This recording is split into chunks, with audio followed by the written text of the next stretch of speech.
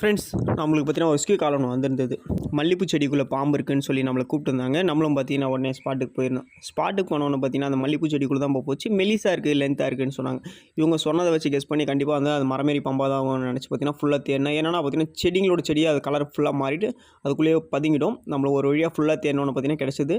இங்கிலீஷில் வந்து France back tree ஸ்னேக்குன்னு சொல்லுவாங்க. தமிழில் கொம்பேரி மூக்கன், மரமேறி பாம்பு இப்படி நிறைய பேர் சொல்லுவாங்க.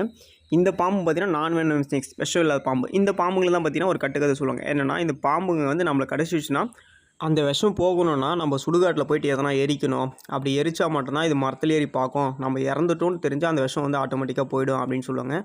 ஆக்சுவலாக இது விஷம் இல்லாத காரணத்தால் தான் பார்த்தீங்கன்னா அப்படி ஒன்று பொய்யா சொல்லி வச்சுருக்காங்க. இந்த பாம்புங்களால் நம்மளுக்கு எந்த ஒரு பிரச்சனையும் இல்லை.